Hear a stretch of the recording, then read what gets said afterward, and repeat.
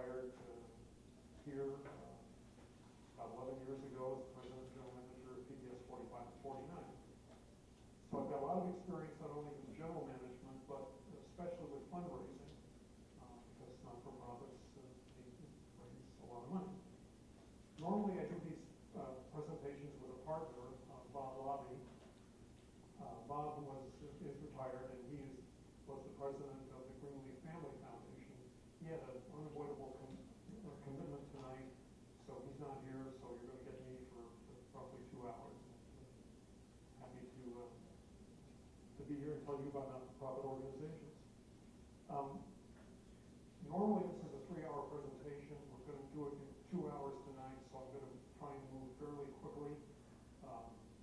But at any time, if you have questions, just don't hesitate, but ask them. If I know that your question is going to be answered later in the presentation through our material, I'll tell you that. Otherwise, we'll stop and we'll answer the questions as you go. Hopefully, we'll have enough time at the end where if you have further questions, we can take the time to answer them. I will try in about an hour to give you a short break, but if you need the restrooms, they're down the hall by the door where you came in. There's also a water fountain there. There's coffee, some cookies in the back of the room. In a little bit, I'll pass out my business card so that you will know how to get a hold of me after the presentation tonight. In your resource kits that you picked up at the front door when you came in, there's an SBA form 641. If you could fill that out and return it at the end of the presentation tonight, we would really appreciate that. That's just about the one and only piece of bureaucracy SCORE will ever put you through. There's also in your kit is an evaluation form, and if you could fill that out at the end and also turn it in, we would really appreciate that. Ellen will have an evaluation form for the library as well. These are really invaluable to us as we take your reactions, and it helps us go through and make revisions to the presentation for future workshops like this one. Now, before we get started, just want to tell you 3 more things. One, in the resource kits you were handed, you will find copies of all of the slides that we're going to go through tonight. So you don't need to make massive notes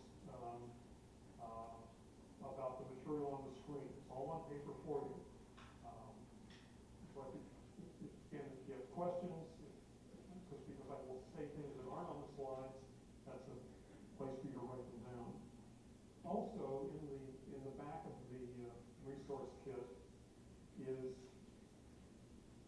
a 2-sided not-for-profit resource guide, and we'll talk more about this later. But there are a lot of references here that will help you after the presentation in trying to make sense of what we've talked about tonight, and will also allow you to do some further research. And there's also some brochures, how to start businesses, how to do business plans, that kind of thing. Some of you are here tonight because you have an overall interest in the not-for-profit organizations, and others of you really want to start a not-for-profit organization. And we'll give you the flyover view tonight of how to organize and start and run a not-for-profit. But if you after that point, if you want further one-on-one counseling with either Bob or myself, what you need to do is to call Pauline. She's the lady in the back of the room who you met when you signed in, and she will get you scheduled with either Bob or myself for a one-on-one presentation. And as we have a chance here, I'll walk down and I'll pass out business cards. Okay, let's begin. We're going to go through the key steps to building a successful not-for-profit organization. We have 5 parts of it tonight that we'll be going through. Some we're going to spend not a whole lot of time on, others we'll spend quite a bit of time on. But let me tell you a little bit about SCORE, first of all, because SCORE is a national organization. It's part of the Small Business Administration. The Akron chapter has been around since 1965, and it has its mission to provide resources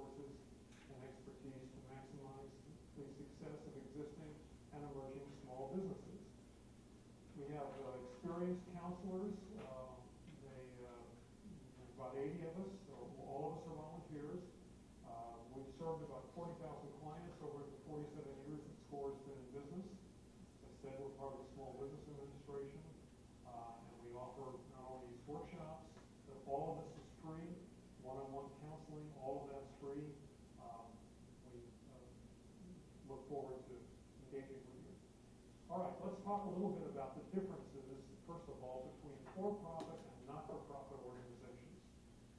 You're all familiar with for-profit organizations. Places like Akron stores or Heinz or Goodyear or a local tire store or service station or a barbershop. Those are for-profit organizations, and their mission is to produce, market, and sell products or services to make money for their owners and investors. Ladies and gentlemen, that's the only reason that Acme or Heinz or Goodyear or corner barbershop is in existence. It's not to cut hair or make tires or sell groceries. Yes, that's what they do. But the real reason they're there is to make money for their owners and investors. And there's nothing wrong with that. That's how our capitalist system works. Not-for-profits, on the other hand, produce, market, and sell products or services to improve the community. And that's a big difference. Characteristics of a for-profit business: they are publicly or privately owned. In other words, a public company sells stock, but many for-profit businesses are run by an individual or a small partnership. The income and the profit benefits the owners. The owners make all the decisions because they're the governors. And any of those organizations can be bought or sold, and when they're sold, the profits go to the owners. Now, a not-for-profit is community-owned. There's no private interest. There's no stock. No one may personally benefit from the earnings of a not-for-profit. Now, you can pay staff, but you don't pay your board members, or obviously you don't pay volunteers. The income or the profit from a not-for-profit must go back into the organization. A not-for-profit is governed by a board of trustees or a board of directors that represent the community. A not-for-profit can never be sold at a profit. Now, if the organization goes out of business for whatever reason, the profit, if any, from the sale of that not-for-profit must go to another not-for-profit. One of the decisions you need to make as budding people who are thinking of starting not-for-profit organizations is whether you want to be a for-profit or a not-for-profit. And we will go into some detail, pretty intense detail in a couple of minutes of some of the trade-offs. But in deciding to be a not-for-profit, one of the decision factors you have to make is whether you want to be a not-for-profit. And if your reason for being a not-for-profit is to raise or obtain money, that is the wrong reason to do a not-for-profit. It is the wrong reason. The right reason is to better the community. Incorporate as a not-for-profit only if you will rely on donations or government funding and or foundation grants.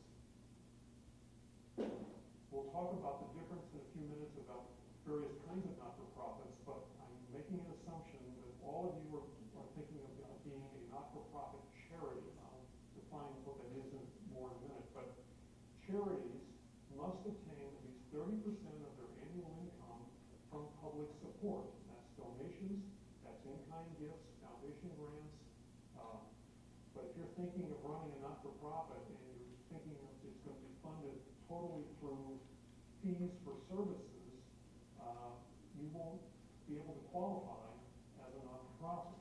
You can certainly charge for your services, but you can't get the bulk of your, well, at least 30% of your annual income must come from what's called public support. Now, there's some myths about not-for-profits, and one of those myths is that not-for-profits may not make money, and that's wrong. Not-for-profits not only should make money, not only can make money, but they should make a profit. do that is that you can put that money back into the organization to make it grow.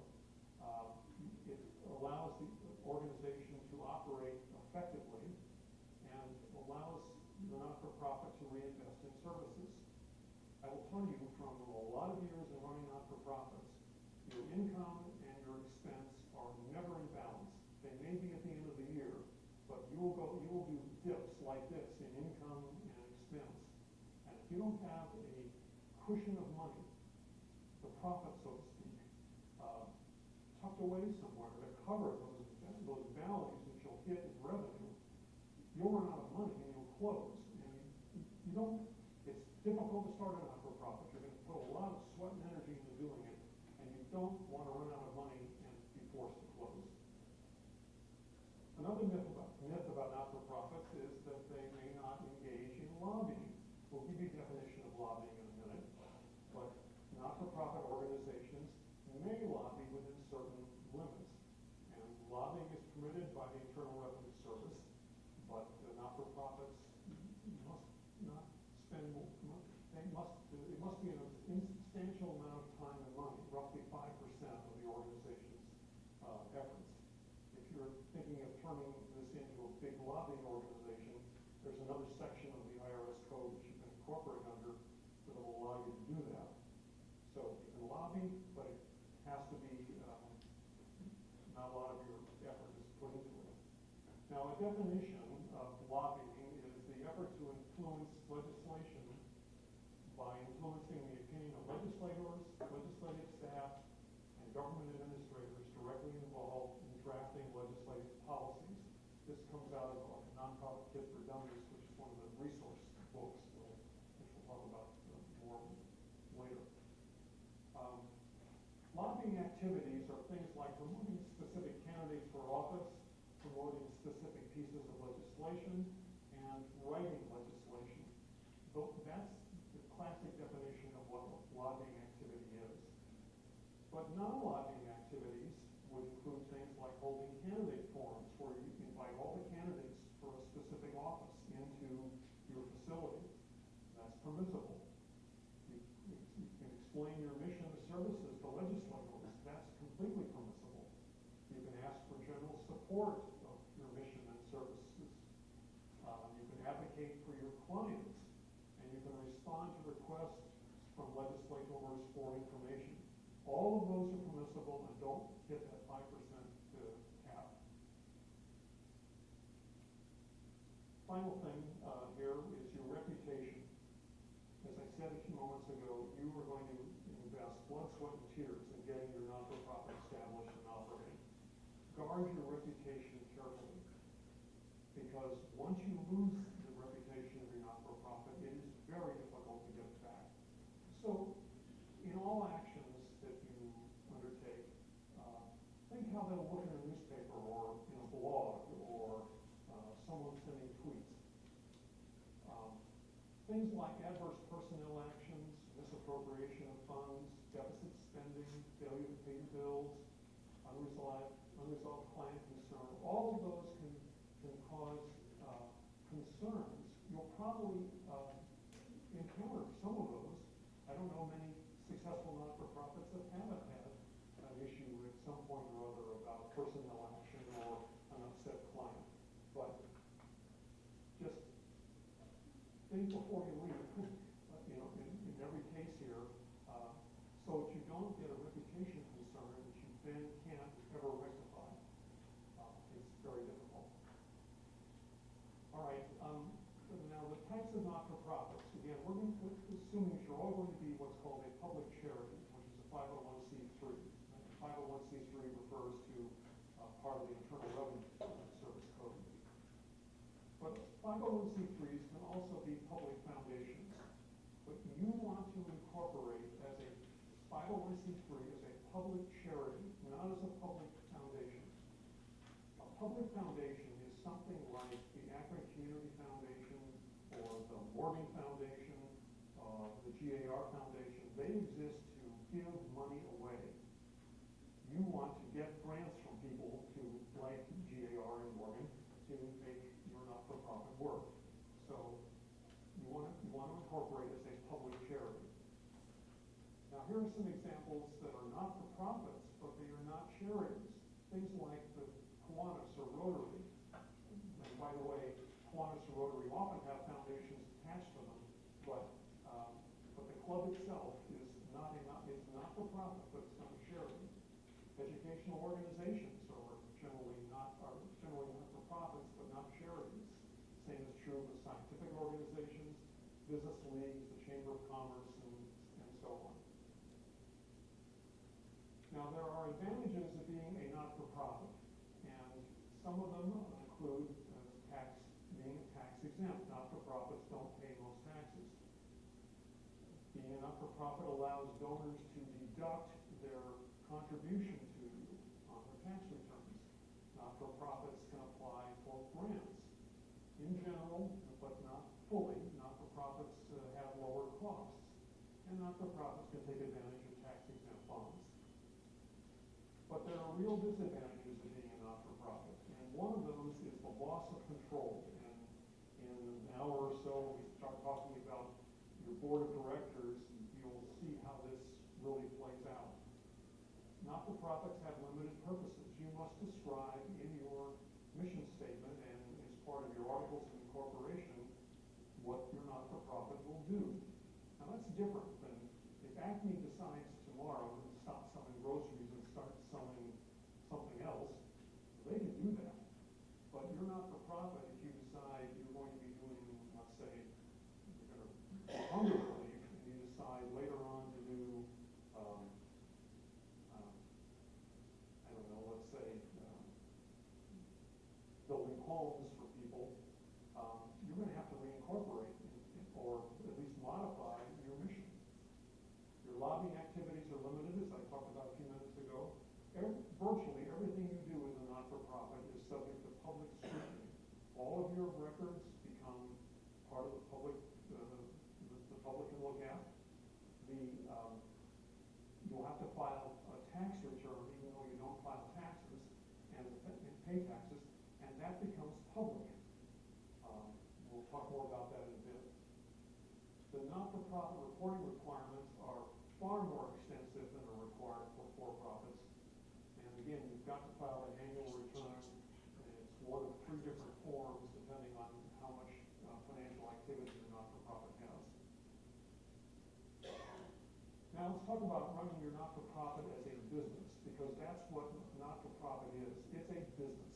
And if anyone has any ideas that what you're going to be doing doesn't have to follow business procedures, I'm here to tell you you're wrong. You've got to run it as a business. It's run differently, and again, you don't have the profit motive as in paying shareholders, but you do have, you must operate your not-for-profit as a business. Because not-for-profits are businesses. They are a legal entity. You must incorporate in the state of Ohio. You must obtain a federal ID, the federal tax numbers from the Internal Revenue Service. You must follow the same kind of rules that govern for-profits in many ways. Example, if you're trying to open, let's say, a facility that feeds people, you're going to need an occupancy permit, and you've got to locate that facility in an area that's zoned for that sort of business. So you must meet the local, state, and federal regulations. You're not exempt from those just because you're a not-for-profit. You will be required to follow federal license and certification requirements on the local, state, and federal level. Again, if you're going to serve food, you've got to have a food license, and that means your kitchen has to meet certain health standards. It's not optional. You've got to meet them. You will need fundraising permits in many instances. Now, you'll need one from the state, and it depends on the county and the locality whether you're going to need a permit locally in a particular city that you're operating out of and trying to raise money from. You've got to follow all the equal employment opportunity rules and regulations. Again, just because you're a not-for-profit doesn't mean you can ignore them. The same thing with the occupational safety and health folks. All of their rules apply to you. But not-for-profits don't pay federal tax or state tax or local taxes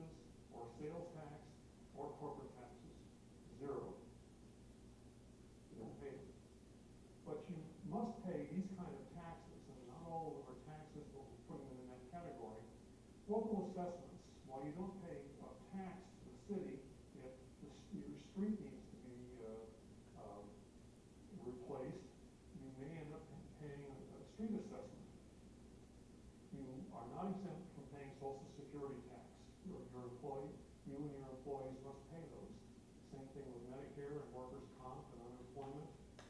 And you must do withholding for employee income taxes. It's not optional. If your organization is big enough and you have some excess facilities, any activity not related to your core mission may incur what's called unrelated business income tax. Let me give you an example. Let's say that you're running a not-for-profit recreational facility for disadvantaged youth. So you've got some kind of a gym, and that's in use. But let's say on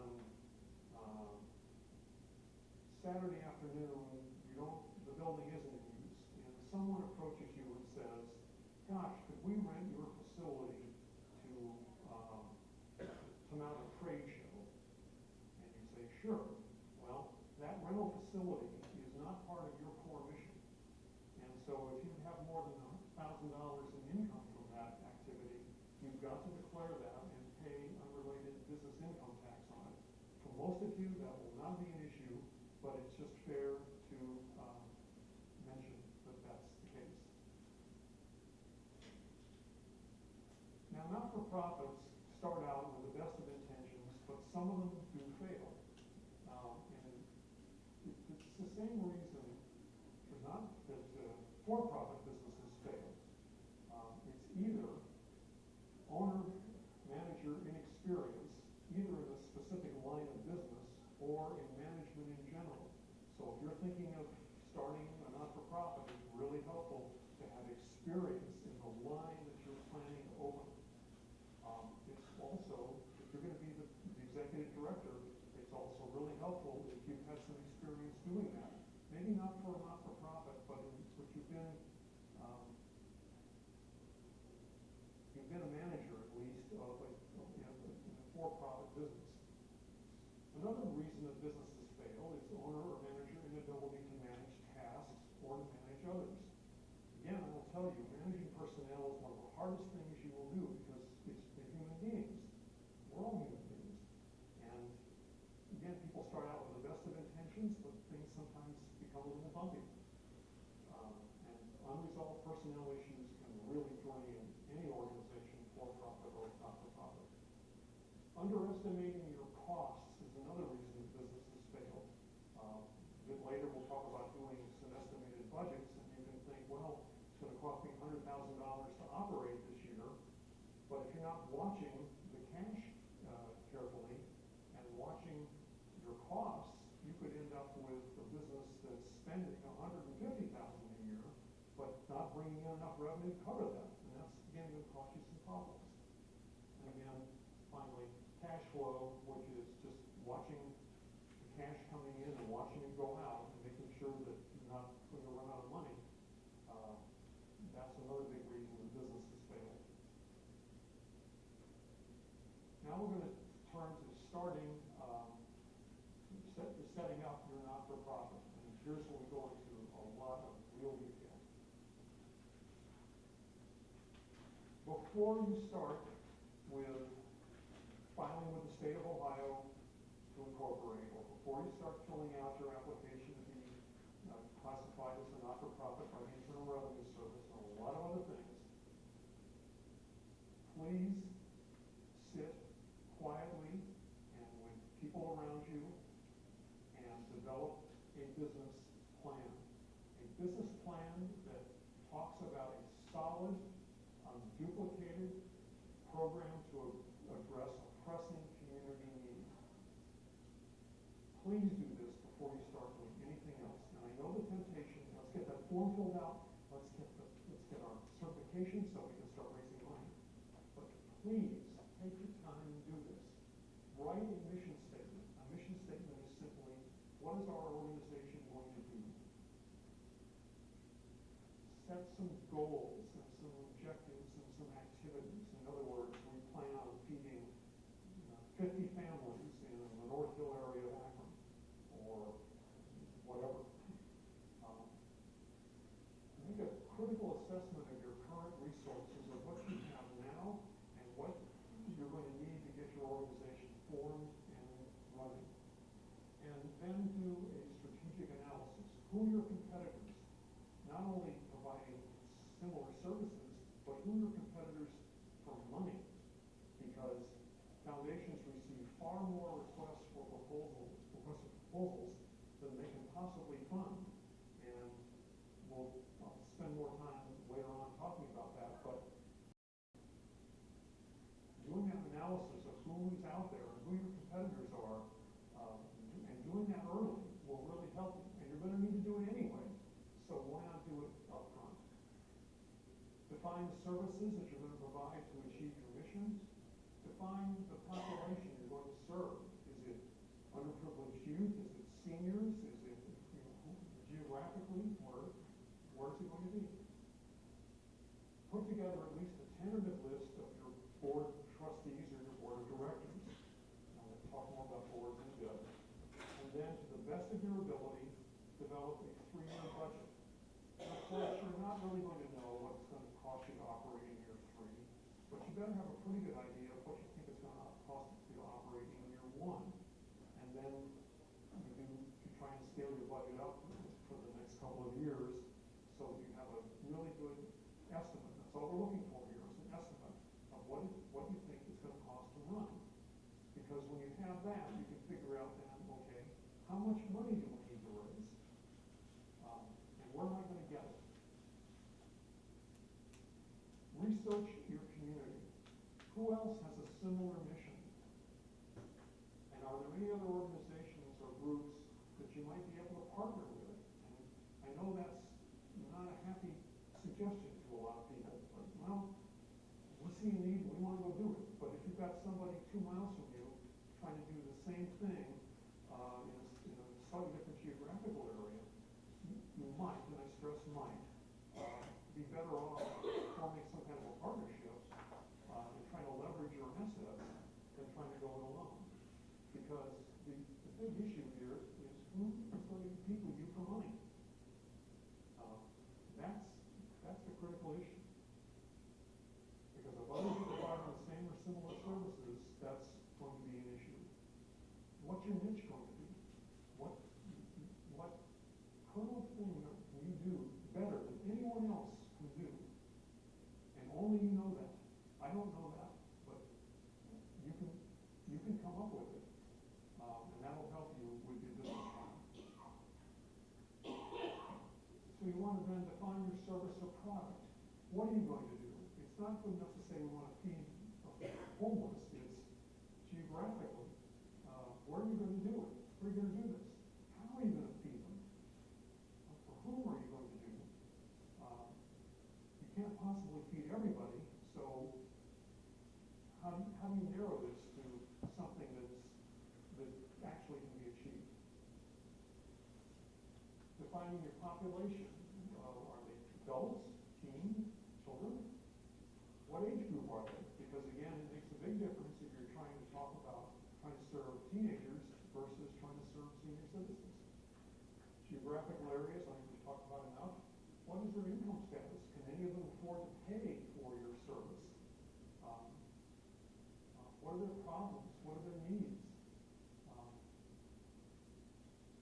How are you going to get people to come to your organization?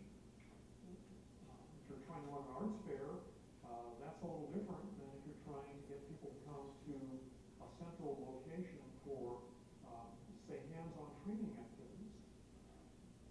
How are you going to contact people? Is this something that's done through the internet in some way?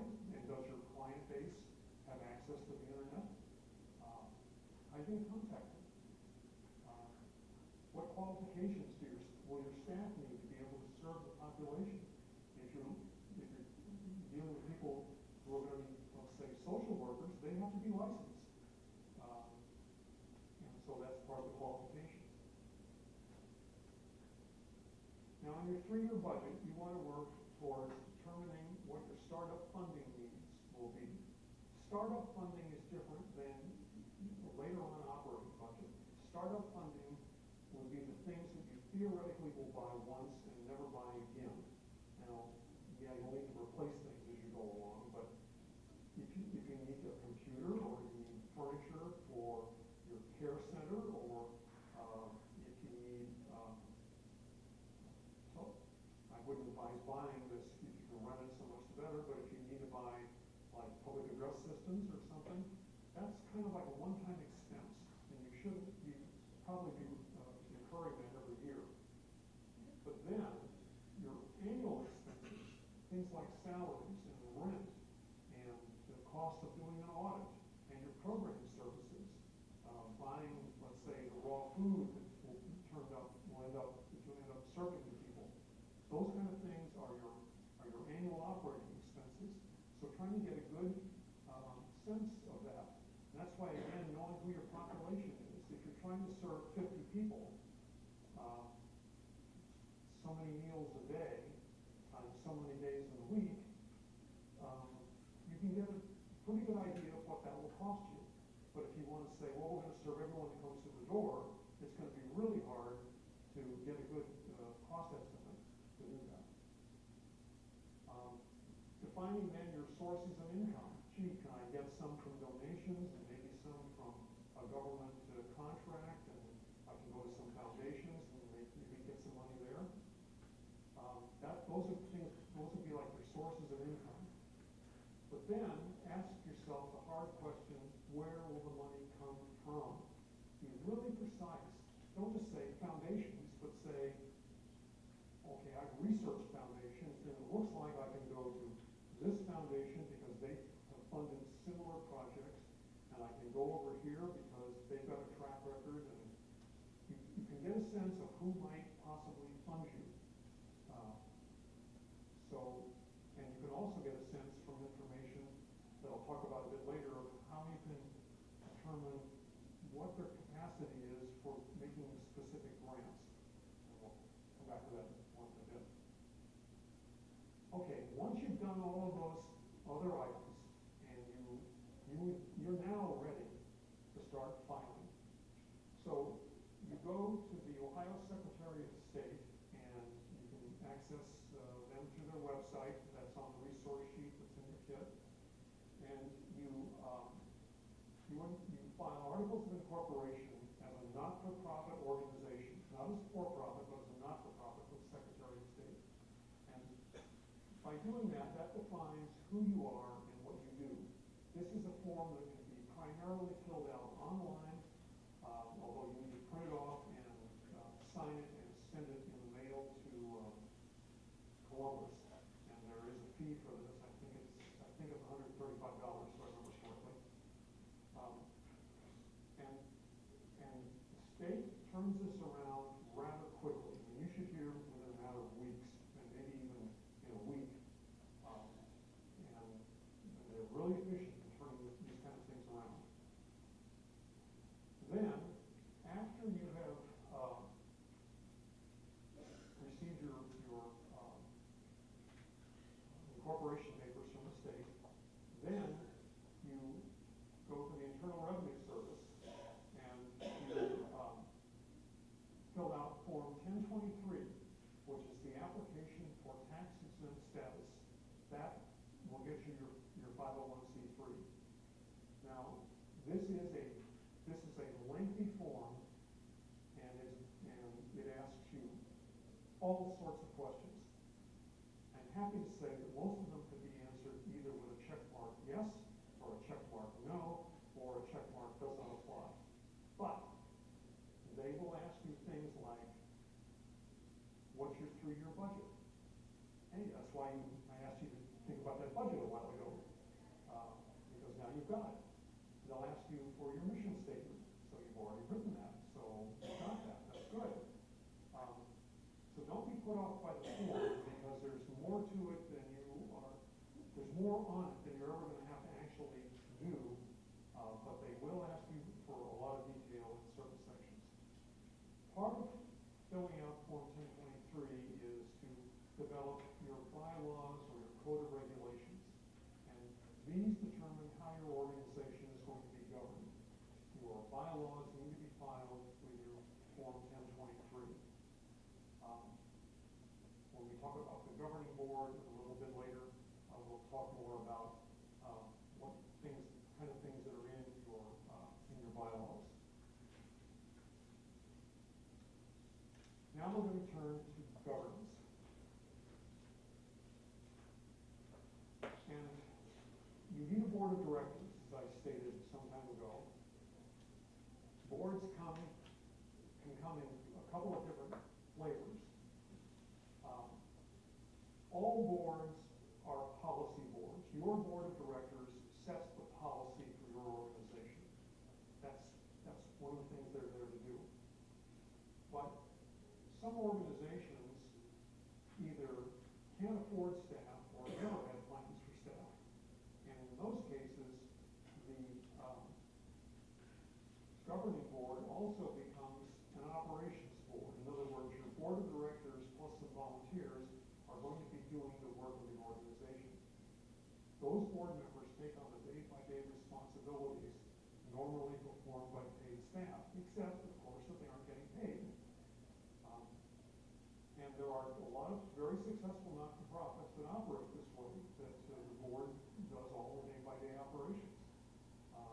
But the bigger your organization gets, the more difficult it's going to be to operate just with a volunteer board. You're going to need, at some point, to take on paid staff. So that's the difference between a policy board and an operations board. And again, all organizations have policy boards. Now, in your resource kit, you will find a piece of paper that looks like this. And you can follow, it's up on the screen, but you can follow along with it. And it's something that you can study later in some detail, because this sets out the differences. And with all the years that Bob Labbe and I have done these workshops, this is the one area that tends to trip a lot of people up between the structure of a for-profit organization and then the two types of not-for-profits, either where you've got the policy board or you've got an operations board. So let's start with, if you were running the Little Tots Daycare Center, Jane Goodmom was the owner of that. Jane takes care of it all. She does the governance, she does the operations. She's the president. Her husband keeps the books and fills out all the paperwork. Jane runs the daycare and she supervises the employees. Pretty simple. There's no board. Jane makes the decisions. It runs. Now, if Jane was running the Little Tots Daycare Center as a not-for-profit, and she had a policy board, Jane founded the daycare center. She has a board of directors that does the governance. For sake of argument, the board has a president, a vice president, a secretary, treasurer, and a couple of other people. We'll come back and talk more about boards. Okay. These folks make the policies and make the policy decisions. That's all they do. They don't run the daycare center. They don't take care of the kids. That's not their role. The employees do that through Jane. The operations is under the supervision of the executive director, who supervises all the employees. The executive director reports to that board, who makes the policy decisions. I'm going to go to the other model in a second. And then if anyone has any questions about this, would like to get it clarified before we go too much further. If this was an operational board, it's still the Little Tots Daycare Center, still founded by Jane, but the governance is done by an operations board,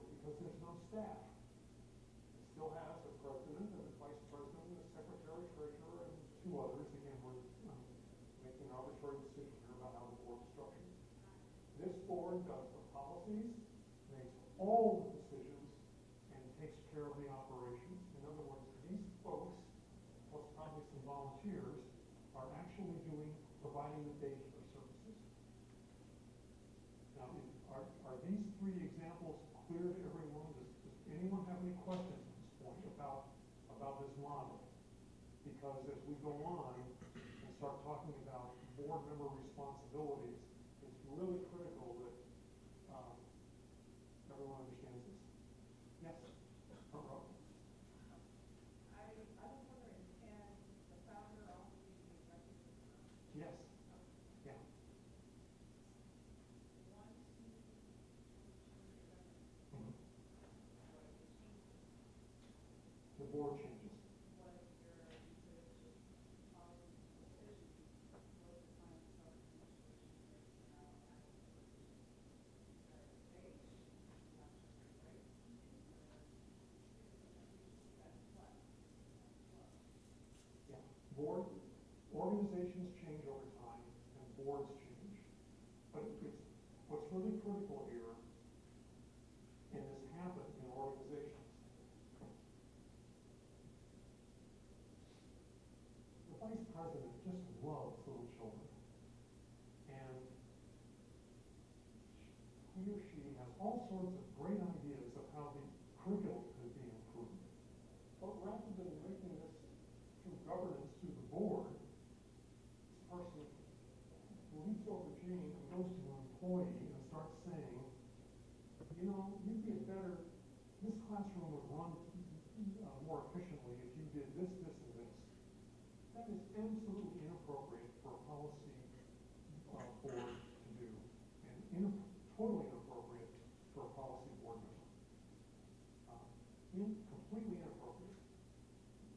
If the policy board has issues with the way the school is being run, they should take them up with Jane.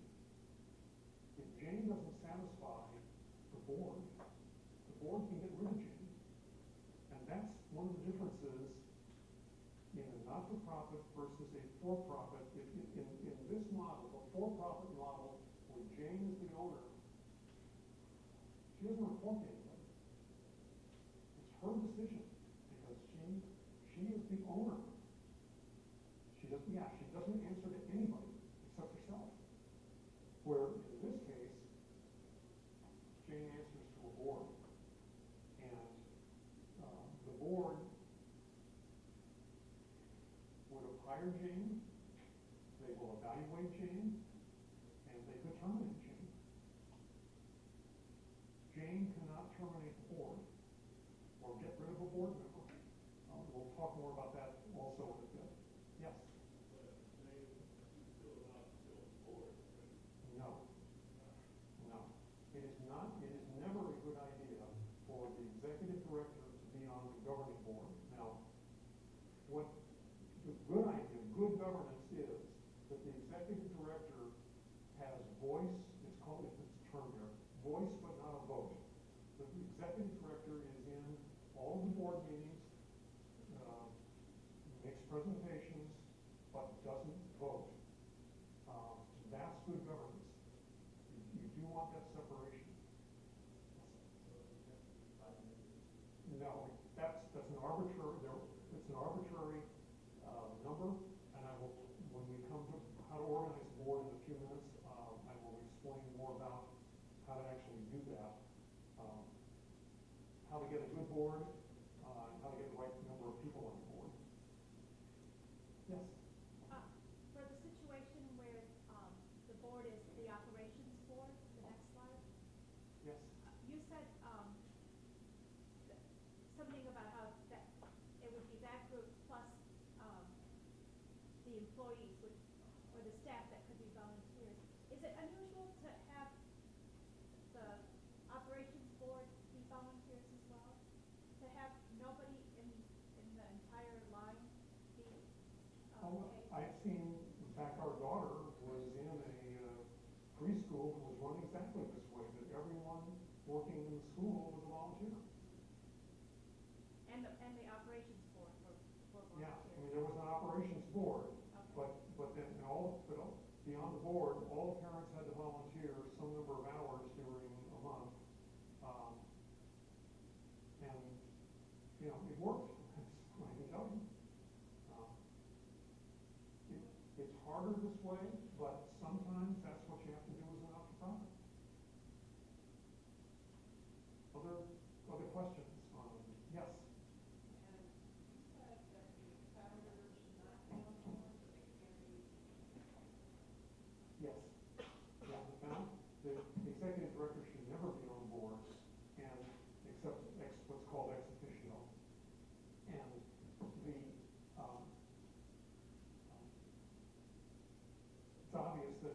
founder is going to be the one who gets the organization put together in the first place and puts the first board together and puts the first structure together. It's not going to happen without the founder.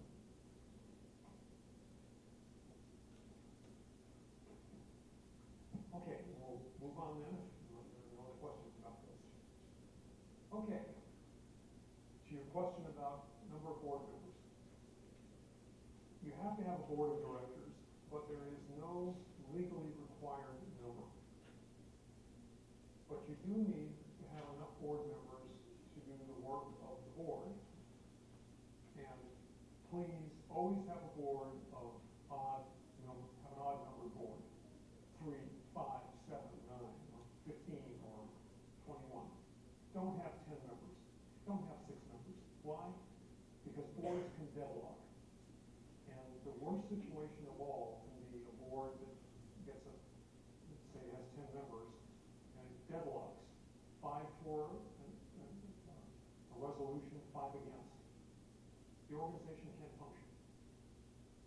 Now that's not to say that if you have 9 or 7 or 5, that someone doesn't show up at a meeting, so you have 5 board members and 2 vote for the resolution and 2 vote against. It can happen. But picking an odd number of members can really alleviate a lot of those problems. In a few minutes, I'll talk about the kind of people you want to put on the board to allow it to do its work. But again, I've seen boards that run really effectively with 3 people, and I know boards in the area that have 60 people. But they have 60 for a reason, because they tend to be one of those an arts organization.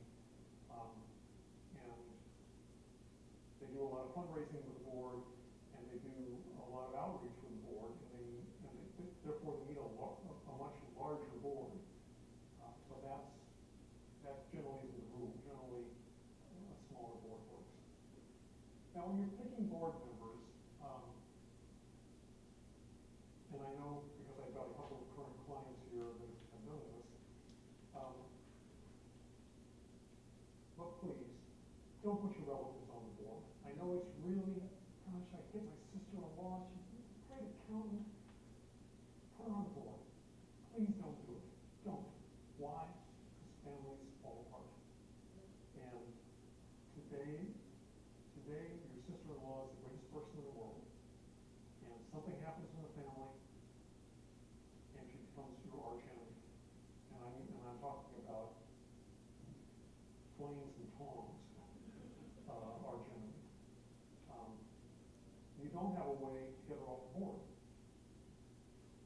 There are ways to get people off boards, which I'll talk about, but just the fact that she becomes a bit dysfunctional isn't a reason in itself to remove her from the board. So, again, don't put your relatives on the board. Don't even think about it. Don't put your friends on the board either, because today's best friend forever can be, again, tomorrow's sworn enemy. Now, what do I mean by a friend? A friend I'm talking about is not someone that you can know or that you maybe go to a play with occasionally, or if you got a problem with your computer, you call up and say, how do I work through this? To me, that's not a friend. I mean, it is a friend. My definition of a friend is someone who you could take aside and pour your heart and soul out to, and have that person back at you. That's what you want to avoid, because you really are crossing a line there, in my opinion, and can cause you some real governance issues. So try not to put your friends on board either. Now, again, someone that you know, let's say that person really knows computers, and you have, because your not-for-profit's going to be doing something that requires a lot of computer support. Putting that kind of person on board isn't a bad idea, but just be careful. Make sure that you have term limits for your board members. What's a term limit? Well, in the Akron area, boards tend to get put together, let's say, where people would serve 2 3-year terms, or 3 2-year terms. Meaning someone would come on, let's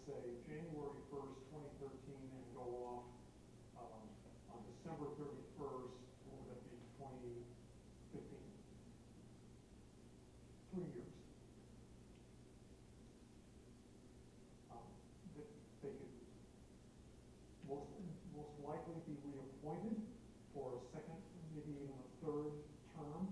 These are the kind of things that are spelled out in your bylaws, which is why you want to really get your bylaws right. Make sure that your board members are on staggered terms. What do I mean by that? You don't want all of your board members rotating off your board on December 31st, 2015. That could cause real havoc with your organization.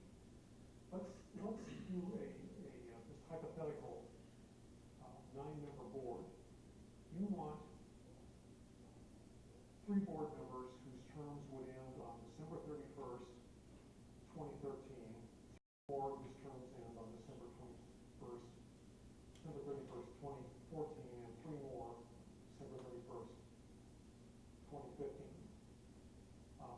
That way you don't lose the institutional memory of your board, because you'll find in bringing new board members on, it takes a while to orient people to what your mission really is and to how you go about doing your business. I always felt it took me at least a year serving on a board until I really got comfortable with the organization. I was comfortable with the organization, or I wouldn't have agreed to serve on the board, but just in terms of how the board operated, it takes a while, and it depends how many meetings the board has in a year too. Some organizations that have more frequent meetings, you get up to speed faster, but maybe if you're only having 4 meetings a year, it's a lot longer. So, term limits on your board, stagger their terms, and again, this is something that you deal with in your bylaws. What makes a good board member? Answers the question someone had a while ago. Well, first of all, someone who's really committed to your mission. I don't care who you put on your board, if they are not committed to what you're trying to do, they're not going to make a good board member. So that commitment is really good. You're not looking just for someone to fill a seat. You're looking for someone who really is committed. People who make good board members are individuals who are willing to give of their time, their talent, and their money. If they can't do those things, then they shouldn't be on your board. If they don't have time to come to your board meetings, they aren't going to do you a lot of good. If they don't have the right kind of talent, that's not going to be helpful either. And if they aren't able to provide money, and it doesn't mean they necessarily have money themselves, but if they're not willing to do that, they're also not going to do you a lot of good. They should be people that can influence others. It doesn't have to be, I don't know, the mayor's cabinet or something like that, but it should be people who know people in the community. And so, because part of the reason you have a board is your board member they go out to lunch with someone and they say, well, did you know I'm on the board of so-and-so, and by the way, they do these great projects. You want board members who will speak up for you and your organization. So if they aren't able to influence other people, if they don't have community contacts, they aren't going to do you a lot of good as a board member.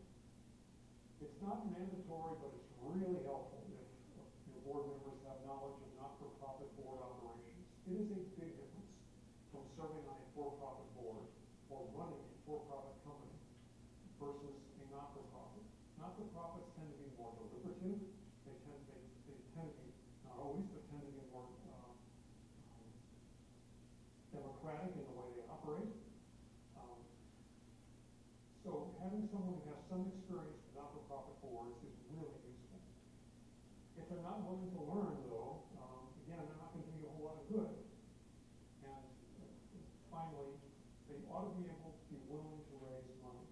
Now, some people are just not comfortable asking other people for money, and that shouldn't be a reason to exclude them from the board. But even if they aren't comfortable making the ask, they know people. Would they be willing to make a phone call saying, I'm on the XYZ board, and could I and my executive director come and talk to you? Most people will do that. And that's really useful as a board member. So, to summarize, especially on the money part, you're not looking for people who can afford to write you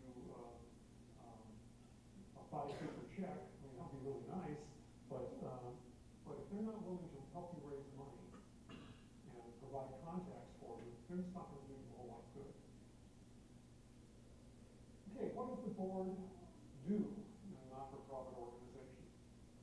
Well, first of all, it governs the organization. What do I mean by that? It sets a bunch of stuff here. It sets the agency policies, its goals and objectives. Now, you as the executive director might be writing all this stuff for the board to adopt, but that's their role, to establish these policies. Otherwise, they have no way of really evaluating the organization. If the board hires and fires the executive, sets the salary of the executive, and that should be against some kind of benchmark standards. You read horror stories of boards that are paying not-for-profit heads mid-six-figure range, and you wonder, this is serving as a poverty agency? Don't get me wrong, you need to be able to compensate your key management people, well, frankly, your whole staff, at a level that will retain them and reward them for the kind of work that you expect. But there becomes a disconnect if they're pulling down huge salaries, and there's no way to benchmark those. So that's one of the goals of the board, which is to do that kind of benchmarking and say, well, yeah, the executive director of an organization with this budget size, with this many employees and clients, across the state of Ohio, that it's in a range from, let's say, making this up, $60,000 to $120,000. And it seems that our organization kind of fits in about the $80,000 range. You have a way of trying to develop these figures that are defensible. Because if you're ever in a situation where you have to defend how much you're paying your executive, it's really good to have this kind of information and not trying to make it up after the fact. And this can happen. They set the annual goals and objectives for the organization. That's based on using a business plan. So in other words, how many clients is this organization going to serve this year? And where do we want to be 3 years from now? That helps the executive plan. The board evaluates the performance of the executive against the set goals and objectives. In other words, they set the goals and objectives here at the beginning of the year. At the end of the year, they come back and they evaluate the executive's performance against the goals and objectives that were established. And this, by the way, is a two-way process. It's not just the board saying, here are your goals, go do them. It should be the executive and the board mutually agreeing on what the goals will be for the year. That makes for a well-governed organization and a well-managed one. Please remember that in a governing board, all decisions of that board are collective decisions. It is not the board president running a dictatorship saying, this is the way it is, go do it. The board has to be able to deliberate. They have to be able to reach a collective decision because legally all of those board members are responsible. It's not just the board president. It's all of the board members. Someone had a question earlier. Did you have a question? Okay. Someone had a question earlier about picking board members. How to get them? Well, first of all, they're going to make the rules, so pick them very carefully. Because the board is the ultimate boss.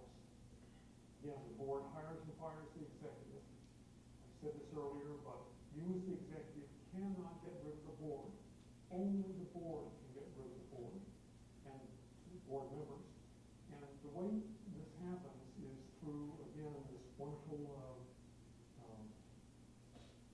document, this code of regulations or bylaws that we talked about a while ago.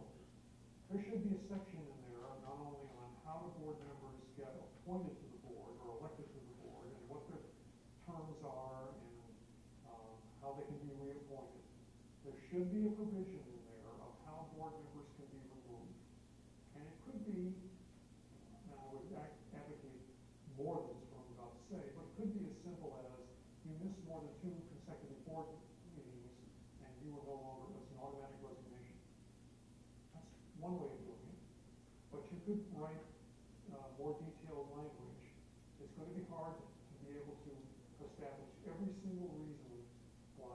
want to ask a board member to move on. But if someone is running in a dysfunctional manner or refuses to participate, it's going to cause you some pretty grave governance problems. So that needs to be addressed in your bylaws. But again, please remember that you as the executive can't get rid of a board member only through whatever process is set out in your bylaws. Can the board remove one or more of its members? Make sure that you have a disclosure policy and process to avoid the highest degree conflicts of interest. What do I mean by conflicts of interest? Well, let's say you have an organization that rents space from in a number of different areas. Maybe it's a series of thrift stores, so it's renting space in various malls across the area. And you have on your board to advise you someone who is an expert in real estate. This is common in boards that do things with property. That's fine. You can have a realtor on your board, but you should not have the realtor who's on your board, being the one who's operating on your behalf, securing these property leases. Because there's a conflict of interest there, because your board member is profiting from the work that he's doing or she's doing for your organization. So you should not do that. You have a realtor, they can look over the agreements, they can say this looks fair, or hey, we ought to think about this clause and strengthening it, or whatever the situation is. But don't put your folks in a situation where they have conflicts of interest.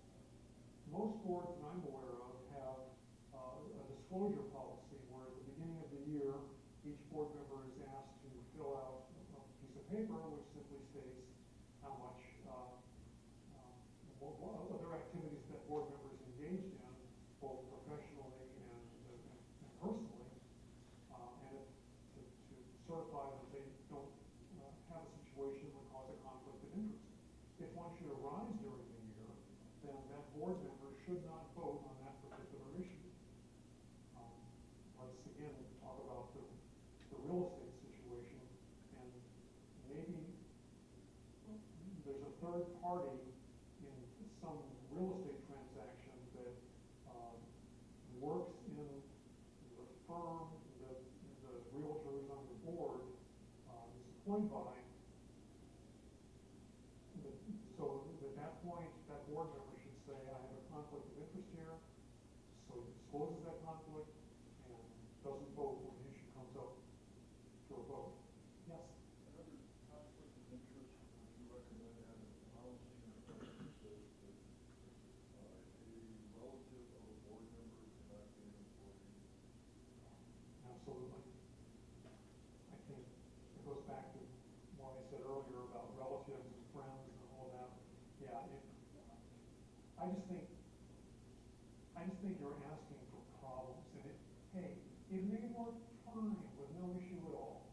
But if it doesn't, you're going to have a hard time getting that person out of the organization. And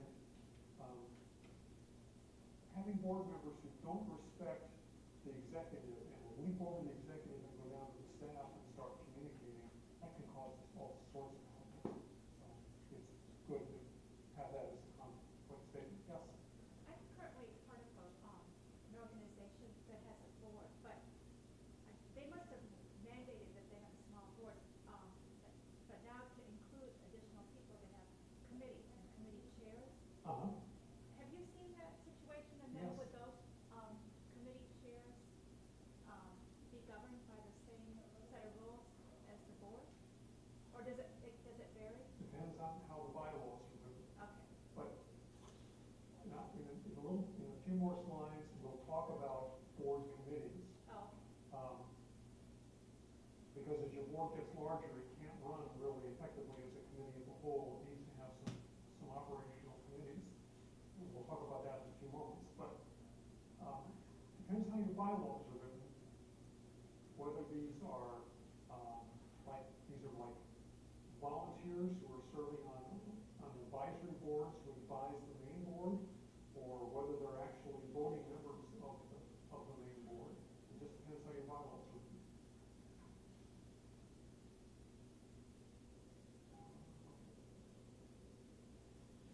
Okay, in looking for people to serve on your board, try and find people who can contribute expertise in areas where you need that expertise. The kind of people that typically serve on boards, not-for-profit boards, would be accountants. They're great people to have on your board because you're going to have financial issues. You can avoid them. But the accountant should not be the same person that does your annual audit. I'll talk in a few minutes about what an annual audit is and what you can do on it. But that person can look over your books, but shouldn't be the one doing your audit. You can have lawyers on your board. Lawyers make great board members, but again, this person should not be the one who you're paying to represent you in various activities. Bankers make good board members. Marketing people make good board members. Same with public relations. The list goes on. And that list is not exclusive. People who are clients of your organization or potential clients can often make very good board members because they've been served by the organization and they know a lot about the target population, and they can really help. So you want to look for people, again, who are visible in the community, who have contacts. These are some expertise classifications that may help you. Once you have your board, whether it's 3, 5, 7, 9, whatever it is, you'll need some board officers. Now, these individuals are members of your board. They've already been elected to your board. Once they are on your board, then the board itself needs to hold an election. And I would recommend at least 3 officers, maybe 4, but a president, a vice president, a treasurer, and a secretary. Often in not-for-profit boards, the treasurer-secretary position is combined. Now, what do these folks do? Well, the president is the one who runs the board meeting, among other things, and is one of the principal liaisons with the executive director. A lot of organizations will ladder their board so that every year, every 2 years, every 3 years, the list just moves up. So the vice president would be, if you will, the understudy for the president. And let's say the president would serve a 2-year term as the president. It's different than a 2-year term on the board. A 2-year term as the president, and at some point would rotate off the presidency but still stay on the board, then the vice president might move up. It doesn't have to be this way, but there are a lot of boards that run this way. The treasurer is the one who keeps, if it's an operations board, it's the one who keeps the books. If it's a policy board, it's the one who looks over the books to make sure that financial matters look right. The secretary takes minutes of the meeting and publishes the minutes and any kind of resolutions that come out of the meetings. Often, though, the larger organizations are paid staff that perform the secretary, the actual role of taking the minutes, and then the board secretary simply reviews the minutes and sends them then on to the full board for approval at the next meeting. Minutes are always taken at board meetings and committee meetings, so you have a written record of what was discussed and what was decided. So if there's a written record documenting the policies of the organization. And if someone had a question about board committees, answer it now. And this really only affects larger boards. But let's say you have a board of 15 people. That's really almost too large to function as a committee as a whole. So you might have a governance committee that maybe did finance and audit, and another one that did planning, and maybe another one that did nominating. Nominating is the committee that would come up with new board members as the old ones rotate off the board. maybe you have some operating committees that advise on marketing and public relations or fundraising or personnel. These are typical committees in larger boards. You don't need to have these, but again, you get above a certain board size and it becomes unwieldy if the entire board is trying to deal with these issues together. What would happen in the case here, let's say you had a fundraising committee, the committee would have met before the main board meeting, would have recommended a certain course of action on a fundraiser for the year, would have brought that then to the full board with a recommendation from the committee that the full board adopt with resolution with a planned fundraising campaign for the year. That would then be taken up by the full board, and by rights, that issue should move through the board much faster than if all 15 people were trying to debate the fundraising plan for the year. Still happen that it gets debated by 15 people, but it by rights ought to run a little smoother. Now it's really important, and especially going in to do this, that the roles of the board and the staff be clearly defined.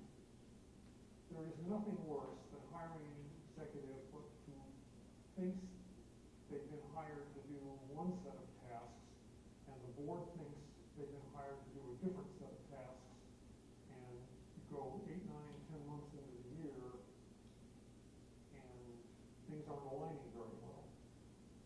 You want to avoid that. The way you do that is, first of all, with board members, to make sure every board member has a written job description. In other words, for the president, it says, for a board member, it says, attends meetings and committee meetings and whatever it says, but it states what you expect that board member to do.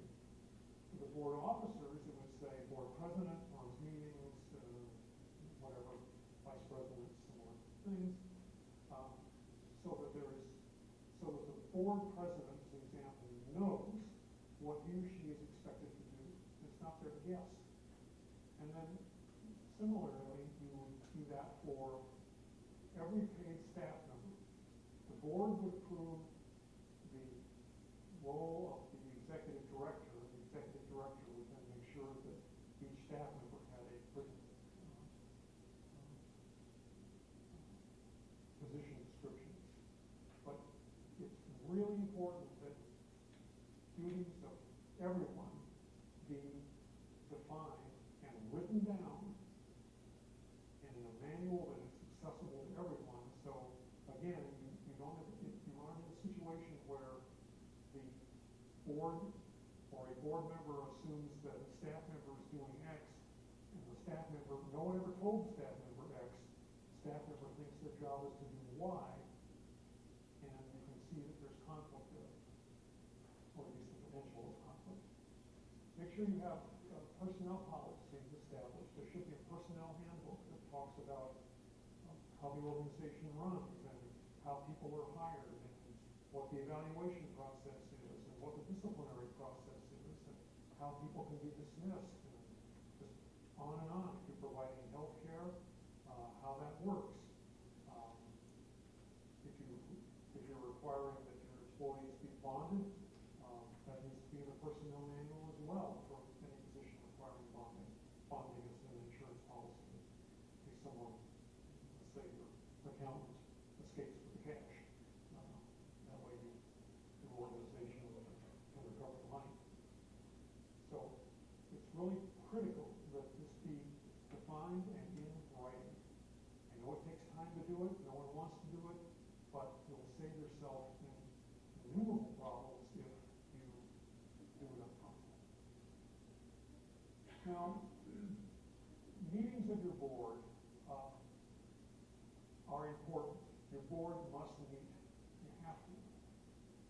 And in the bylaws of your corporation, you'll set out some of the things. One of them, how many times your board, on average, would meet a year, where they would meet, things like that.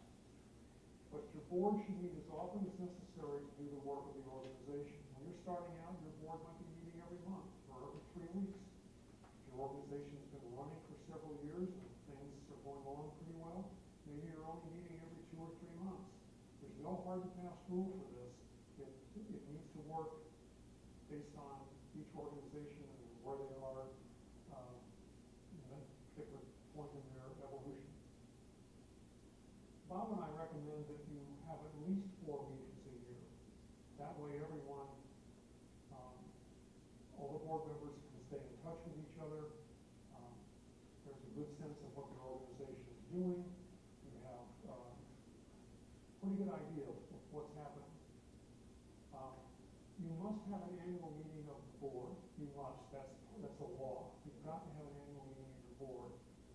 That's set out in your articles of incorporation of where and when your annual meeting will take place. Now, not a specific address and time, but usually it says the annual meeting of the board will be held in Summit County during the month of June of each year, something like that. That gives you plenty of time in that 31 days, or 30 days to find a time and place that works for everyone. When you're doing board meetings, they must be held on a date, a time, and in a place that will maximize attendance. And that means that you set the board meeting in advance. There's nothing worse, except in an emergency, for a call to go out. We've got to have a board meeting. People are busy. They can't plan for that sort of thing. You will have inevitable emergencies where you will need to have a meeting at short notice. But for the most part, it's good if you can do it at the beginning of the year to say we're going to meet on the 4th Wednesday of every second month from 4 to 6 o'clock in our main headquarters in downtown Akron, wherever you are. And then you remind board members that time to time that's going to happen. You need to make sure that you have an agenda and any supporting material that the board is going to consider sent out ahead of the meeting. There is nothing worse than a board that is summoned to meet. It's 3 days before the start of the board's new fiscal year. They come into the boardroom, and on the table is a stack of papers this high that's the budget for the next year. And you've got 90 minutes in the board meeting to do the budget. That's being disrespectful to your board members, and it's not good governance. So we would recommend sending out an agenda and all supporting material roughly a week ahead of the board meeting. And that gives your board members ample opportunity to read it, and if they have questions, they can formulate them. Maybe they'll call in one-on-one briefing if it's a particularly critical issue. But that respects your board members, and it helps your executive respond to the board in an appropriate manner. Again, there's an exception to this. You'll sometimes be in an emergency situation where you can't give a lot of advance notice. You don't have materials available to send in advance. It sometimes happens, but for the most part, if you can pay close attention to these 2 points, you'll have much smoother board meetings and much more satisfied board members and a much more satisfied executive. We touched on this part a few minutes ago, but again, governing boards, sometimes they have advisory boards. Advisory boards don't have any kind of governance responsibility, but they can be formed to deal with specific issues, and they can make a recommendation to the full board. That's a good place to put retired trustees or people who have special interests or expertise, get them involved in your organization. Or places to put persons of influence who maybe don't have time to serve on your full board, but have an interest in what your organization is doing and would like to be part of it. So advisory boards, if your organization is big enough, they're a good thing to have. You have to have them, but they sometimes are a good thing to have. We've been going for nearly 90 minutes, and if someone would like a break, this would be a good time to do that. Why don't we come back in, let's say, that clock is not quite accurate, it's an hour off, but let's say at the top of the hour, so 7 o'clock by that clock, which is really 8 o'clock, and we'll finish this up and have time for your questions.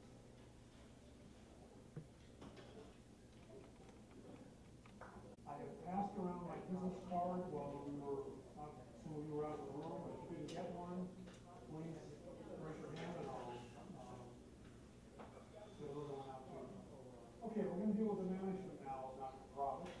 Talk about, for a while, we're going to talk about the executive director or chief executive officer, depending on how you want to call the person. The CEO, the executive, answers to the board.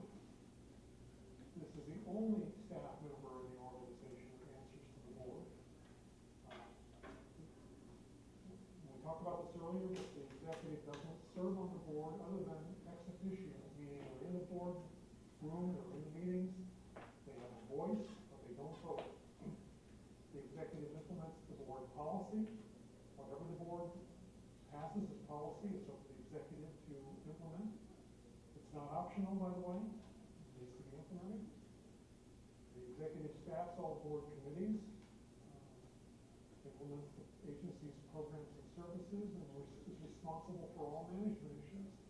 In other words, the buck stops with the executive. It doesn't get bounced back up to the board. The management of the organization, where you have an executive director, is with the executive director. The person conducts or supervises all agency operations. That personnel manual we talked about a while ago, that's up to the person to develop and then for the board to adopt. The executive then is the one who hires and fires all the other employees. Again, not the board. The board only deals with the executive. The executive is responsible for the other employees. Maybe some of those employees need to meet certain standards of certification or license. The executive needs to see that happens. Your employees have to be citizens or legal aliens. I would recommend bonding everyone, but certainly anyone who's handling finances. You might want to consider some professional liability insurance. I'll talk more about insurance in a little bit. And making sure that all the bills are paid. That's what the executive does. The executive also makes sure that great employees are hired. And that starts again with a job description. Remember from back several times ago? You need them for your paid positions, your volunteer positions. So there's a salary schedule. We talked about that before. I don't need to do that again. Make sure there's an attractive job environment. You may not have the spiffiest facility, but at least make sure it's clean, heated, and there's ventilation and all that good sort of stuff. Creative recruitment is more important than ever. It isn't. It's no longer just ads. It's networking and trying to unearth a great source of people that are out there. Go for the best people you can afford to hire that will make your organization grow, because you don't really want to hire someone who will just sort of be there and the organization sort of stays the same. You want someone that will help your organization grow. I really encourage hiring people with disabilities or people who only want to work part-time. We hear a lot about, well, there's not a lot of full-time opportunities, but honestly, some really great people only want to work part-time or want a job share, or maybe it's an older individual who wants to get back in the workforce but doesn't want to work a 40-hour week. These can make great employees in the right organization. Make sure your applicant is motivated for the job, so you come into it with a lot of enthusiasm. And please check previous employment, a good background check. And I know this is harder all the time because the way things are set up now is many employers will no longer provide references for their former employees beyond that they work there, what dates they work, and perhaps how much they earn. But there are ways around that. People know people. You don't want to rely on hearsay, but you want to check people out because it's a lot harder once they're in your organization to have when you end up having to fire them than to spend a few more minutes doing a good check going in. Yes, and then You mentioned something about your statute legally open. What if your group is already worldwide? well, that's a different story. I'm talking about U.S. employees. All right, so. Yeah. Yeah.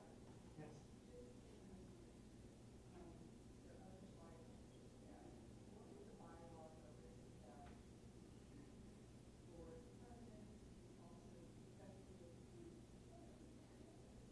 Well,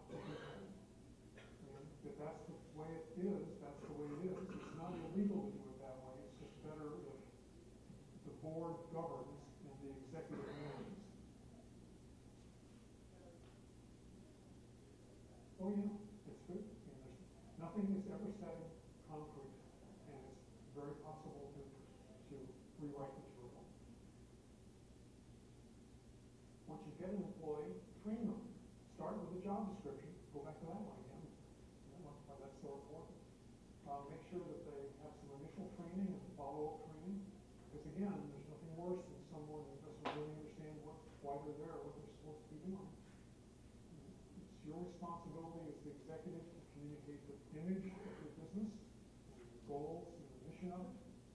Make sure that the people answering the phone have the right information so they don't have to constantly go ask somebody else. One of the key ones, if you're running some kind of a facility where there, let's use the daycare example again. If there's a charge for the service, well, is there any flexibility? I really can't afford to pay this. Can I pay slightly less? And the person handling that needs to know what their leeway is. Oftentimes, organizations have some kind of means test, and people who can afford to pay more, and those who can't afford to pay as much pay less. So that one's really critical. Make sure your employees are motivated. You as the executive have that passion and the dream of the organization, and every one of your employees should have the same kind of passion and dream. You need to live it just the way you live it. Make sure that they feel important to the success of your business. I preach this a lot. I've been giving responsibility and authority as far down the organization as you possibly can visit. If every decision has to go to the executive to be made, you're wasting a lot of talent in your organization, and you're frankly paying people more than you probably should be paying if you, as the executive, are making all the decisions. Now, if it's a very small organization, that's a different story. Monitor the job performance of your staff. Make sure that there's adequate compensation. We talked about the salary schedules and things a while ago. Getting customer feedback is really critical. There's nothing better than walking around and talking to clients, reading the mail, making sure that the email that comes gets forwarded to you as the executive, so that you really have the pulse of your organization. If there's dissatisfaction with the service that's being provided, you need to know. You need to know it sooner rather than later. On the other hand, you also need to know if the organization is doing a really good job. You need to know that too, so you can put out the appropriate praise to the staff. Now we'll talk about operation. Some of this we've covered already, so I'm going to skip over some of this pretty quickly, but make sure that all the policies that the board has established are in a file or a notebook that's accessible. All of your policies should be written down, how they're to be implemented, the title and the position of the persons responsible for implementation, the date the policy was approved by the board, also make sure that's in the minutes. There's nothing worse than the board establishes a policy and passes it, but there's no implementation procedure established, so it's a policy that then just never gets carried out. That's not could. So therefore, that's why we need the procedures and the people named who will be responsible. Any organization money has got to be separate from any personal money. Goes without saying. If you are the XYZ not-for-profit, you've got to have a bank account in the XYZ name, not your personal account, not someone else's account, name in the account of the business. And again, not personal, they need to be organizational accounts. The finance committee or the treasurer, depending on how large a board is, oversees the organization's finances. The executive normally prepares the budget. Maybe you have a chief financial officer or your accountant prepares the budget. But then the board reviews the budget and they approve the budget. And once it's approved, then the executive sees that the budget is carried out. Make sure you have written minutes of not only your finance meetings, but all meetings. Your organization has to operate within the budget. It has to. Again, you're trying to avoid a situation where you're spending 50% more than you're taking in, going and closing the doors quickly. That's one of the roles of the executive, to assure that the board, that the budget is, the organization is operating within its budget, and the board has got to review the budget from time to time to be able to affirm that this is happening. It's very important for your not-for-profit to undergo an annual audit. An audit is something that's conducted by an outside accountant chosen by the board. And the reason this is so important is because most, not all, but most foundations will not make grants to not-for-profits that do not have an annual audit. Now, if you're a startup, they understand that. You can't have an audit if you've just been in business. But they're going to want to see that in subsequent years. When you're setting up the budget, we can look first at the income side. Not all organizations will have all of these lines, but maybe you have income from dues and fees, maybe you've got some government income, donations, foundation grants. Hopefully, if you have enough money put aside, you're getting some interest on that. Maybe you're doing special events, in-kind projects.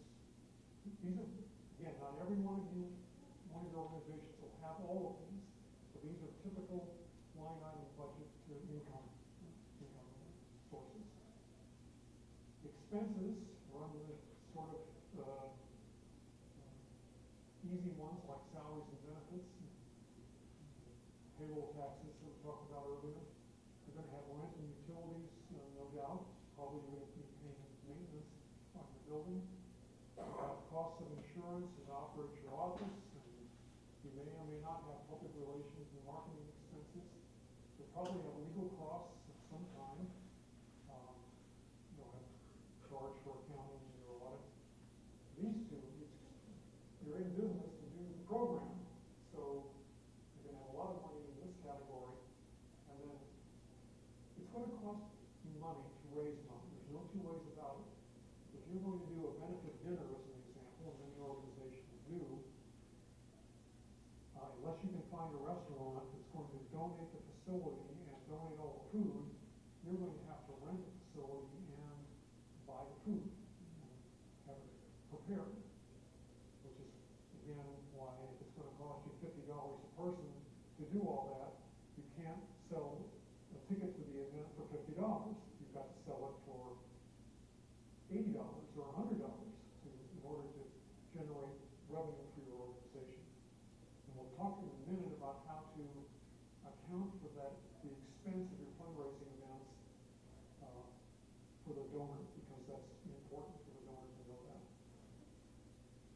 Instead of we talk about insurance, these are the kind of insurance that you can buy. I'm not here to sell you insurance by any means, but as a minimum, your organization ought to have some kind of general liability insurance. Unfortunately, we're in a litigious society. People sue for, in my opinion, all the wrong reasons sometimes, not always.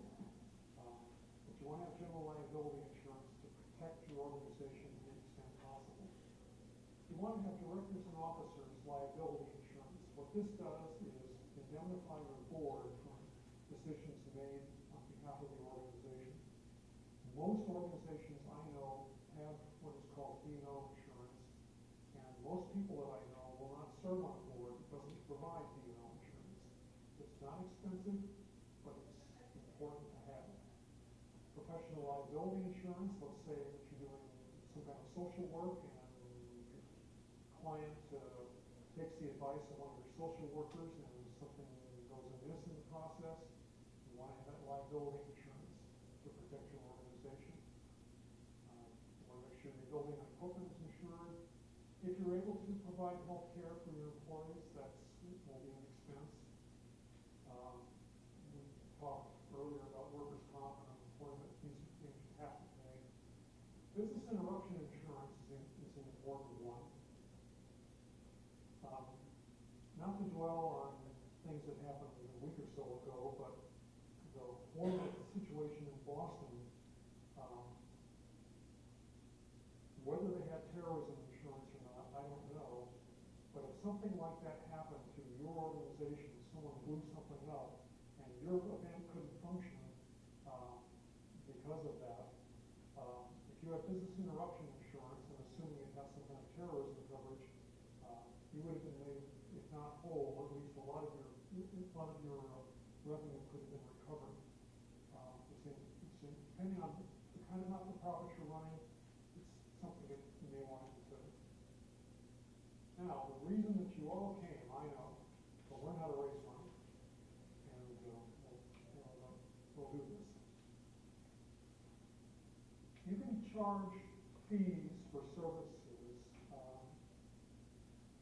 in your organization, providing that you have an organization that is set up to do that. Not all of you, of course, will do that. But it's perfectly legal to charge people money to come to your events, or to come for counseling, or come for daycare, or whatever. That's perfectly legal, and if you can do that, you should be doing that. For donations. This is why you want to be designated a 501c3 charity. If I write a check to the XYZ charity, as long as the Internal Revenue Service has designated that charity as a 501c3, I can deduct that from my tax at the end of the year. And that's an important thing for some people, to be able to make a tax deduction.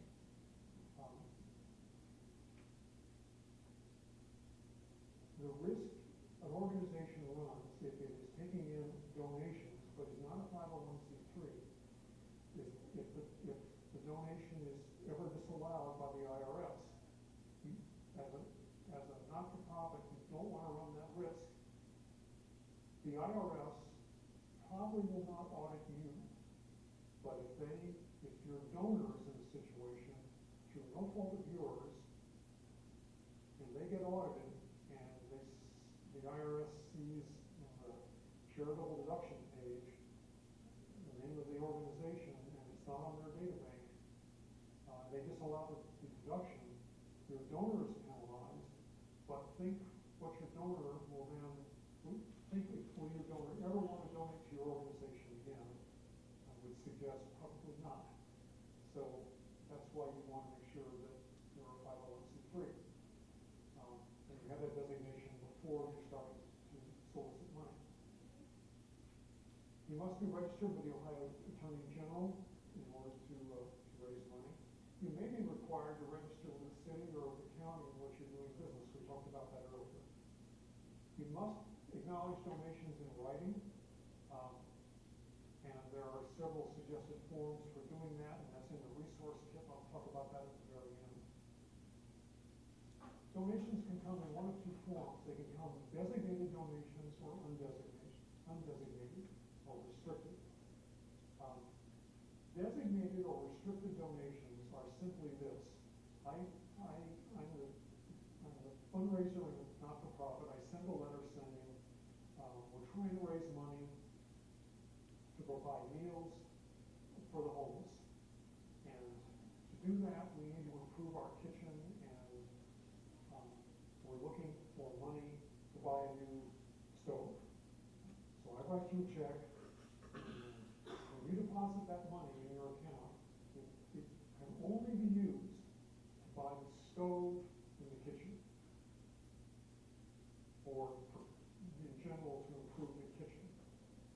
It cannot be used for other operations because you have said in your letter it's a restricted donation. People raise a lot of money doing that because people do like bricks and mortar projects, and they do like to know where their money is going. On the other hand, undesignated or unrestricted donations, you send a letter saying, we want to provide even more meals for the homeless. Can we have a donation? You can use that money for virtually any lawful purpose within the organization. You can buy food, you could use it to improve the kitchen, you can pay staff salaries, because it's all related to providing the food. And I hope that, I've gone over this pretty quickly, but I hope that that's clear, the differences there. General operating donations are harder to come by all the time, but organizations do get them.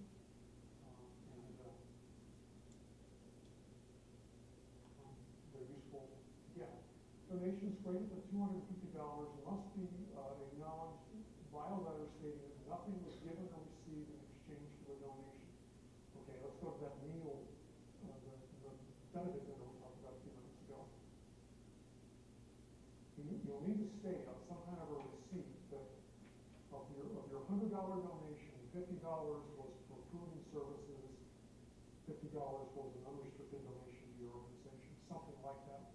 There's suggested language in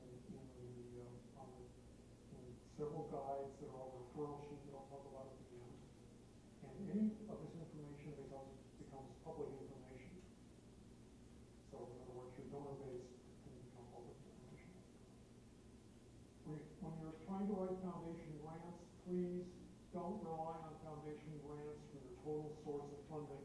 Don't do it, because foundations they like to fund a year or 2 years and then go on to something else. Or they like to do meals this year and next year something else entirely. Foundations always require a written proposal, usually in the format that they have developed. Usually you can find that information out on the foundation website. Often you have to do written reports when the project is complete, and the foundation may require publicity for the grant. If you're writing proposals, a 20% response rate is really good. So therefore, if you want to raise $20,000, you're probably going to end up writing $100,000 worth of proposals. If you get more than 20,000, hey, you've done great.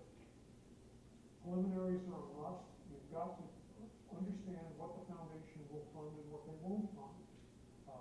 The best way to do that is to look on the website, pick a foundation, find out what they've done in the past, what the size grants they've given in the past. If you need $100,000 and the most money they will give to anyone is $20,000, don't ask them for $100,000. Don't do it, because you're wasting your time. Assume that you'll get less than you requested. Make sure you follow their guidelines. Make sure you follow up, especially if you are denied. Call them up, ask them why. Before submitting anything, though, I would get to know the project officer at the foundation you're applying towards. Call them up on the phone. This is one situation where you can do some preliminaries email, but you really want to get face-to-face with the project officer so that they know you, understand you, and understand your organization. There are local foundations that are varying size, small to large. Some provide modest amounts of money, and some can give a lot more. Usually the ones that give a lot more are the very large and visible projects. National foundations, with the exception of the Knight Foundation, are probably not going to fund any of you. The Knight Foundation, just those of you who don't know, is an offshoot of the Knight newspapers, John Knight for the Akron Journal, and all the original Night cities, or night newspapers, benefit from the foundation that was established. Foundations can provide challenge grants. A challenge grant says, we'll give you X if you can raise Y. These are really wonderful, and they can create a lot of enthusiasm and get a lot of community support for your project. I'm having to go really fast here because we're really running out of time. Contracts from the government or private, these are agreements from a funder to provide a specific service or product at a specific rate during a specific period of time according to the requirements that are set out. They're competitive. They may require attendance at an organizational meeting. There's usually a lag time between when you deliver the service and when they pay, and that's again why you want to have a profit, and you want to put that money aside to cover the lag time. Most of these are open to public review, so again, you can expect eventually some public scrutiny. Sometimes the match requirement needs to be in cash, but other times you can charge off staff costs that would already be there. It's what is called an in-kind match or a soft match. Government contracts can be provided by the city or county or the state through specific departments or through the federal government. Fiscal years for these projects vary. Sometimes there's no hard and fast rule for cities and counties. Generally, they're January to December. Always. The state is always July through June, and the federal is always October through September. And unit rates, what you're charging for services, they may or may not be negotiable with a particular funder. Okay, we have gone through, and I do apologize for the speed of this. We've gone through a lot of the material, and I want to just cover some final steps with you, and then whatever time we have left, take some questions. I strongly urge you to take a SCORE workshop on writing a business plan. In your kit, there should be a list of SCORE workshops coming up, and it's just really critical that you be able to write a good business plan. Develop it, and then either before or after that, schedule a personal one-on-one counseling session, either with myself or with Bob Labbe. The way you do that is on my business card. It's the SCORE telephone number, the 379-3163 number. Call Pauline, and she will arrange to get you scheduled with either Bob or myself. And typically it's SCORE the first and third Wednesdays of the month. I know I'm booked entirely in the month of May, but I do have some openings in June. I want to reference a couple of great books that will really help you. One is the non-for-profit kit for dummies. You're not dummies, but this sets this out in such clear language. There's another great one from the Lolo publishers on how to form a not-for-profit corporation. Either one of these works. The beauty of both of these is that in the back there's a CD-ROM, and it has about every form you are ever going to need. And I strongly urge you not to reinvent wheels. If there's a form that's usable, grab it. That's why they're there. You can buy these books, bookstores, online places, but frankly, your libraries are some of the best sources for these books. Hudson has these books, Akron, Falls, Stowe, all around, Twinsburg. You can borrow them free. Great thing about libraries. So again, number to call to make an appointment, and we really wish you the best of luck and success. Now I want just to spend one more minute with you. Yes. Sorry? I thought there was a piece of paper in there. We'll get Pauline in a minute, and we'll get it for you. Somewhere in your resource kit is a two-sided page called Not-for-Profit Resource Guide. In it are the titles of these books that I just mentioned, also some information on how to reach the Secretary of State's office and the Attorney General's office, sources of business plans that you can read,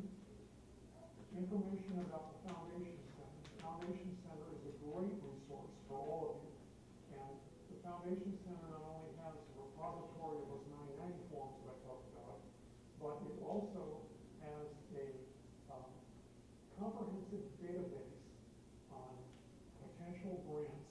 You can search these online. You can put in the parameters of the kind of money you're looking for, amounts, geographically, interest areas, and it will pull back for you a list of potential foundations to search. I strongly urge you to go on the Foundation Center site and do this. The trick is that the Foundation Center charges, and it's thousands of dollars a year, and I would suggest probably most of you are not going to do that at home. But, again, the libraries. Hudson doesn't have it at the moment, although they are writing a grant for it, and they hope to have access to the Foundation Center by this fall. But the Twinsburg Library has access, as does the Akron Public Library main branch, main location downtown Akron. So you can get online there, it's free there, and the librarians are great, they'll help you, show you how to use the software. They can't do the search for you, but they will help you with it initially. I think there may be like a 2-hour limit on how long you can stay on a computer, but you'll go bogey after that amount of time anyway. GuideStar is also, guidestar.org is a repository of the 990 forms. Pull up some 990 forms for organizations that are doing similar work to the ones that you're proposing to do. You'll learn a lot from where they're getting their revenue, what their expenses are. If you're looking at federal grants, try grants.gov. That's another excellent source. When you need legal advice, we can offer a service to the University of Akron School of Law Legal Clinic. Gary Spring, he's a great person, he's a professor there. The students actually will do the work, but Gary, being a licensed attorney, will review it. I think it's like $200 or $250 for an initial session, and I think 10 additional hours. It's really great. Information further about the Secretary of State incorporating your IRS status. We've already talked about the Akron Public Library. They have a nonprofit resources center. Hudson Library has a similar one up on the second floor. They're excellent. Go there. They've got great reference material. And finally, BBU, the Center for Nonprofit Excellence, they have an office in downtown Akron, and they have a lot of very useful workshops and resources for you. They also have access to the online Foundation Center. They do charge for a lot of their services, however, and it's just something to be aware of. So, with that's it. Thank you very much. Again, if you could turn these forms into Pauline when you fill out, plus our evaluation forms, plus the forms from the Hudson Library, we would appreciate all that very much. And I'm happy to stay as long as they'll let me, but they're going to throw us out in a few minutes to answer your questions. Library closes at 9. Yeah, and Paul, and anyone who has a question about workshops, Pauline has a schedule. We don't need a many I would have a lawyer review everything, but I would do that to the University of Akron Law Firm, save a lot of money. Eventually, you're going to want to have attorneys. But as a startup, your initial phase, I want to save you all the money I possibly can. I'm not against attorneys, but you'll spend a lot of money. Any other questions? All right, well, thank you all for coming, and I'll be here for a little while if you have one person one-on-one. Thank you. Good luck on your not-for-profit. As someone who spent most of his professional life working for a not-for-profit, I can tell you it is an exceptional living to make a big difference